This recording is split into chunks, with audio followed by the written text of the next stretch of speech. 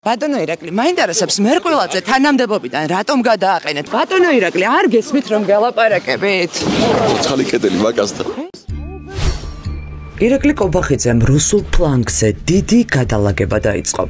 საქართველოს დიპლომატიური მისიის ხელმძღვანელი მამუკა მერყვილაძე, რომელიც ამ პოსტზე კობახიძემ პრემიერად დანიშნვისთანავე გაამწესა, პოსტიდან მოხსნეს. კაცი, რომელიც ოკუპანტ ქვეყანაში საქართველოს ინტერესების სექციის ხელმძღვანელი იყო, ისე გადააყენეს, რომ ოფიციალურად არაფერი თქმულა. ბატონო ირაკლი, უკაცრავად არ გესმით რომ გელაპარაკებით? მამუკა მერყვილაძე, რა შეეწირა ლილუაშვილის ახლობლობას? შაბათის ეთერის ინფორმაციით საგარეო საქმეთა სამინისტროდან მოსკოვში საქართველოს ინტერესების სექციაში დიპლომატიური მისიის ხელმძღვანელის გამოწვევის შესახებ ნოტა მაკა ბოჭორიშვილმა 2025 წლის 25 სექტემბერს გააგზავნა. საჯარო სივრცეში ეს ბრძანება დამალულია. საგარეო საქმეთა სამინისტროს ოფიციალური ვებგვერდიდანაც გააქრეს ყველა ინფორმაცია მოსკოვში საქართველოს სექციის ხელმძღვანელის შესახებ. ალბათანა მაკა, რატომ გაუშვით თანამდებობიდან რუსეთში საქართველოს სექციის წარმომადგენელი? არ გესმით რომ გელაპარაკებით? ალბათანა მაკა, თქვენ გესაუბრებით? მამუკა მერყვილაძე ოკუპანტი ქვეყნის ხელისუფლებასთან ქართული ოცნების სახელით მოლაპარაკე ერთადერთი ოფიციალური პირი და დავალებების შემსრულებელი იყო. კობახიძემ დიპლომატიური გამოცდილების არ მქონე მერყვილაძე მისიის ხელმძღვანელად გამოცდილი დიპლომატის გიორგი ქაჯაიას გადაყენების შემდეგ 2024 წლის 9 მარტს დანიშნა. ინფორმირებული ადამიანი შაბათის ეთერს უყვება, რომ მამუკა მერყვილაძის მთავარი რეკომენდატორი გრიგოლ ლილუაშვილი იყო. ოცნების გუნდიდან გაშვებული სუსის ყოფილი შეფი მერყვილაძის ახლო მეგობარი და შვილის ნათლია. ამიტომ მერყვილაძე საგარეო საქმეთა მინისტრის პირით შეუთვალეს, რომ თანამდებობა უხმაუროდ განმარტებების გარეშე უნდა დაეტოვებინა. ლილუაშვილს შეეწირა მერყვილაძის კანდიდატურა?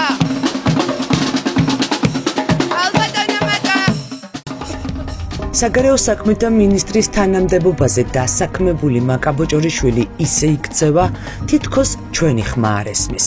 კითხვაზე შეეწირა თუ არა მერყვილაძის კანდიდატურა ლილუაშვილთან დაწყებულ პოლიტიკურ ბრძოლას ბოჭორიშვილის პასუხი, რომელმაც ერთი ხელმოწერით მერყვილაძე ბადაზე ადრე სახლში გაუშვა, დუმილია. მოსკოვში საქართველოს დიპლომატიურ მისიას უკვე ერთი თვეა დროებით ჟურნალისტი სოფო მოსიძე მართავს, რომელიც მანამდე საქართველოს ინტერესების სექციაში მრჩეველი იყო. საკონსულო დეპარტამენტი გისმენთ. ახლა მოსკოვში საქართველოს სექციას ვინ ხელმძღვანელობს? ანუ წარმომადგენელი ჩვენ საიტზე არ გიფიქსირდება, ქალბატონო, და თუ გინდათ ოფიციალური ინფორმაცია უნდა გამოითხოვო. დროებით ირწმუნებულის ფუნქციას ვინც ითავსებს, ეს შეგვიძლია უთხრათ. ვინ ითავსებს? სოფო მოსიძე. მამუკა მერყვილაძე აღარ არის იქ ხელმძღვანელი პირი? დიპლომატიურ სამსახურს ჩამოშორდა მერყვილაძე? ანუ ჩვენ არ აგვაქვს ესეთი ინფორმაცია, ქალბატონო მაკა. მამუკა მერყვილაძე დიპლომატიური მისიის ხელმძღვანელად ისე დანიშნეს, რომ არ ჰქონდა არანაირი დიპლომატიური გამოცდილება, თუმცა ჰქონდა დიდი ხნის ნაცნობობა რუსულ პოლიტიკურ ელიტასთან და ახლო კავშირების საქართველოს სახელმწიფო უსაფრთხოების სამსახურის შეფ გრიგოლ ლილუაშვილთან. ინფორმირებული ადამიანი შაბათის ეთერს უყვება, რომ ბიძინა ივანიშვილმა მოქმედი დიპლომატის გიორგი ქაჯაიას გადაყენება და კრემლთან ოფიციალურ საკომუნიკაციო პირად დანიშნა ირაკლი კობახიძეს გრიგოლ ლილუაშვილის რჩევით მოსთხოვა. მერყვილაძესთან კავშირზე პირადად სუსის შეფი იყო. მოსკოვიდან მოსული ინფორმაცია კი ივანიშვილამდე ლილუაშვილის გავლით მიდიოდა.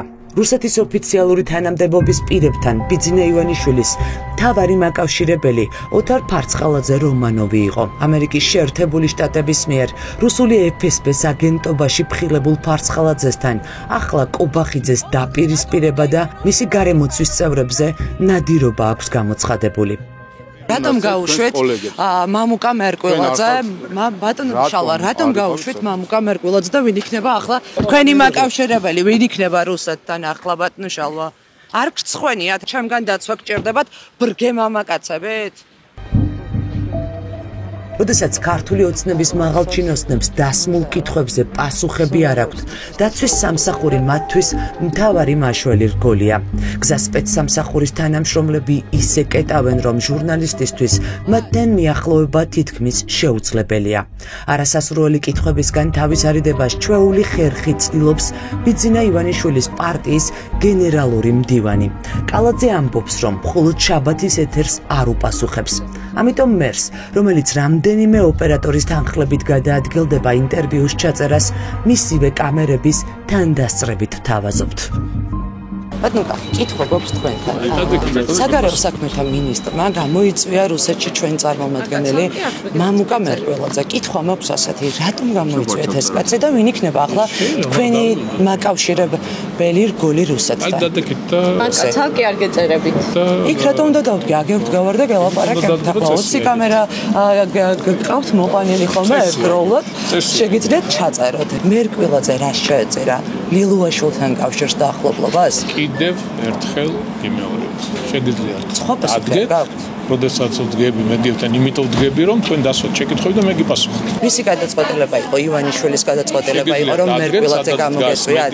ახლა მინდა გაკავშირებთ კრემლთან ბატონო და მოიქეცეთ ისე, როგორც იწევა სხვა ჟურნალისტები. მინდა გაკავშირებთ მერკვილაძე, როდესაც გამოიწვიეთ. გვინდა გითხრა, რომ აღარ პასუხობოდა. ეხლა შეეწირა თუ არა მერკვილაძის კანდიდატურა ლილუაშვილთან დაწყებულ პოლიტიკურ ბრძოლას და ვინ გამოაცხადა რუსეთში ოცნების დესპანი არასანდოდ.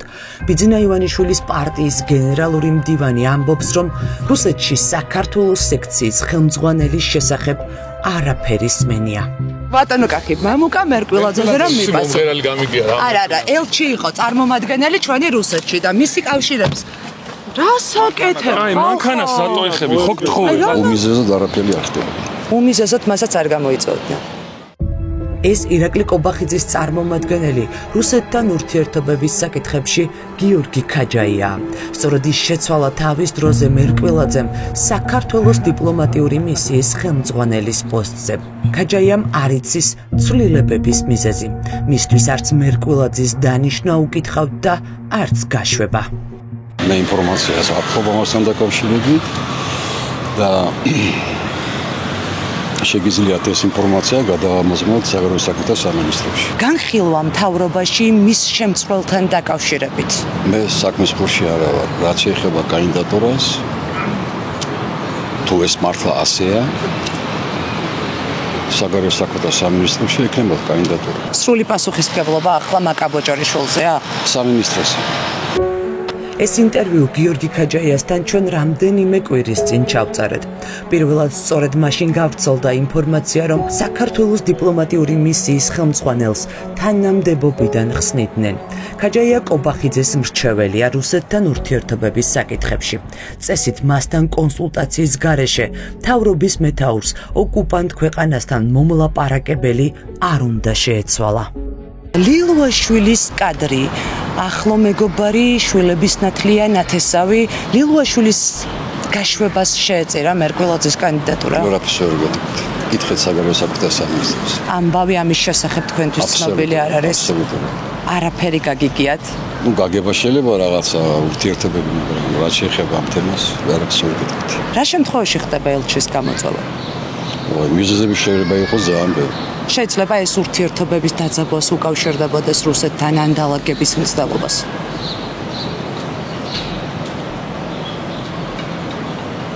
ეს საკადრო თემა, ასე რომ საგარეო სამინისტრო. ან თქვენ მეუბნებით, რომ დიპლომატები მიდიან და მოდიან და ეს ჩვეულებრივი ამბავია? არა, ეს არა ჩვეულებრივი ამბავი. ვინ იქნება რუსეთის ხელისუფლებასთან ქართული ოცნების სახელით მოლაპარაკე ახალი დიპლომატი?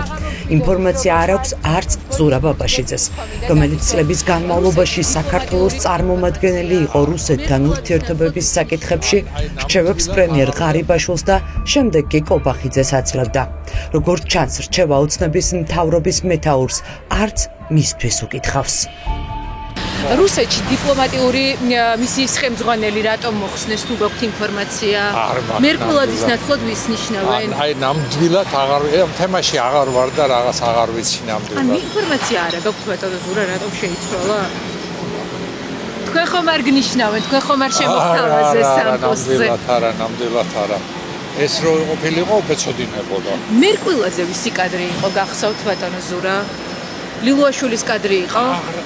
რაც მე დავცილდი ამ თემას 2 წელზე მეტია. მერკულაძეს ლილუაშვილთან კავშირი ქართულ ჯგუფიდან იწყება. სანამ დიპლომატიურ მისიას ანდობდნენ ანდეს მაღალი თანამდებობა საქართველოს რკინიგზაში. 2018 წელს მერკულაძე ჯერ ლოჯისტიკა და ტერმინალებში დირექტორად რკინიგზის მაშინდელმა შეფმა დავით ფერაძემ დანიშნა. ისიც რკინიგზაში ივანიშვილის საპარტნიორო ფონდიდან გადაიყვანეს. ინფორმირებული ადამიანი შაბათის ეთერს უყვება, რომ ფერაძეც და მერკულაძეც რკინიგზაში გრიგოლ ლილუაშვილის კადრები იყვნენ. პირველივე გარიგება მერკულაძემ ოკუპანტი ქვეყნის ინტერესების გათვალისწინებით დადო. 2018 წლის 17 აგვისტოს Railway Investment-თან გაფორმებული ხელშეკრულებით მამუკა მერკულაძემ რუსულ კომპანიას 800-მდე რკინიგზის ვაგონი კაბალური პირობით მიაქირავა.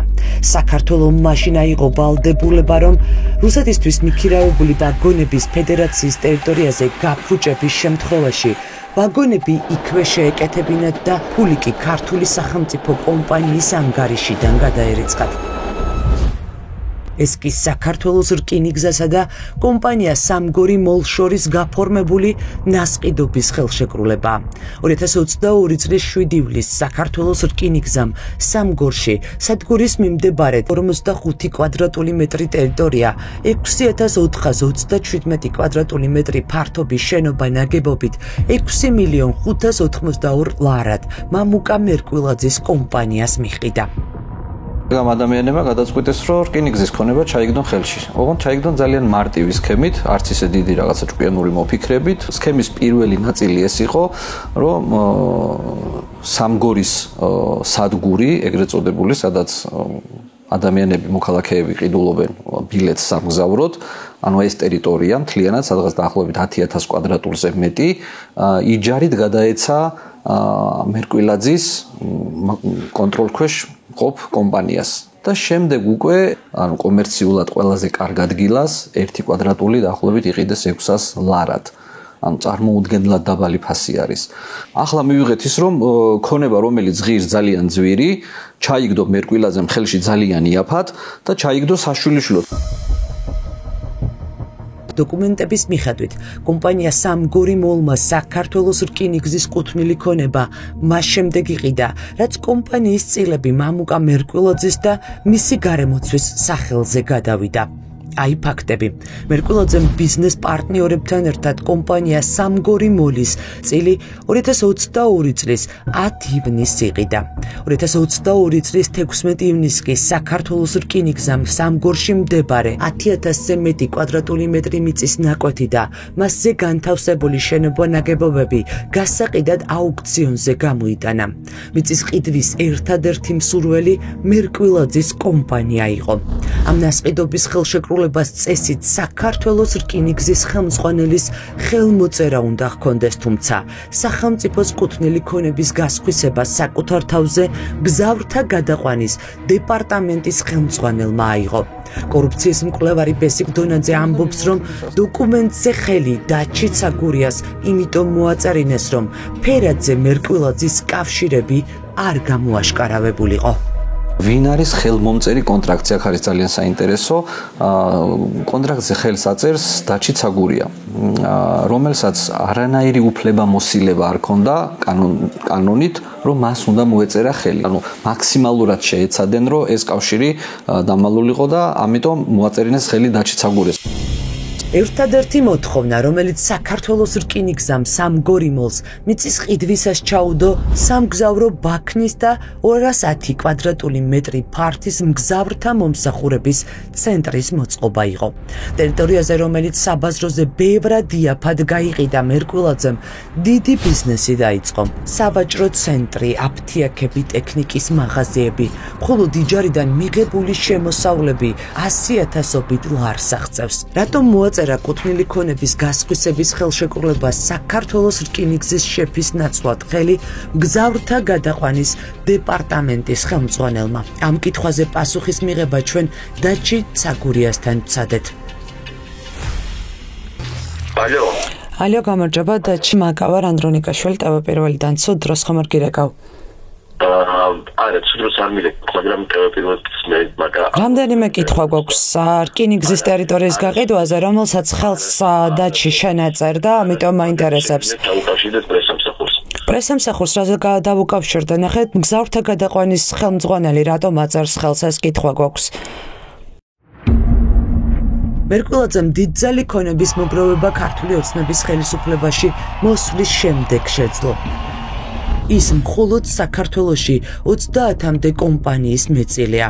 ამ კომპანიების 90% ივანიშვილის პარტიის ხელისუფლებაში მოსვლის შემდეგ დააფუძნა. შაბათის ეთერს ინფორმირებული ადამიანი სახელმწიფო უსაფრთხოების სამსახურიდან უყვება, რომ ანტიკორუფციული დეპარტამენტი საქართველოს რკინიგზაში გრიგოლ ლილუაშვილის გავლენების გამოყენებით გაფლანგული დიდი ოდენობით ქონების და ფულის ამბავს იკვლევს. ამ საქმეში კი სუსის უფროსის ყოფილი შეფის წინააღმდეგ მთავარი მოწმე რკინიგზის ყოფილი უფროსი დავით ფერაძე და ლილუაშვილის ახლო მეგობარი მამუკა მერკვილაძე არიან.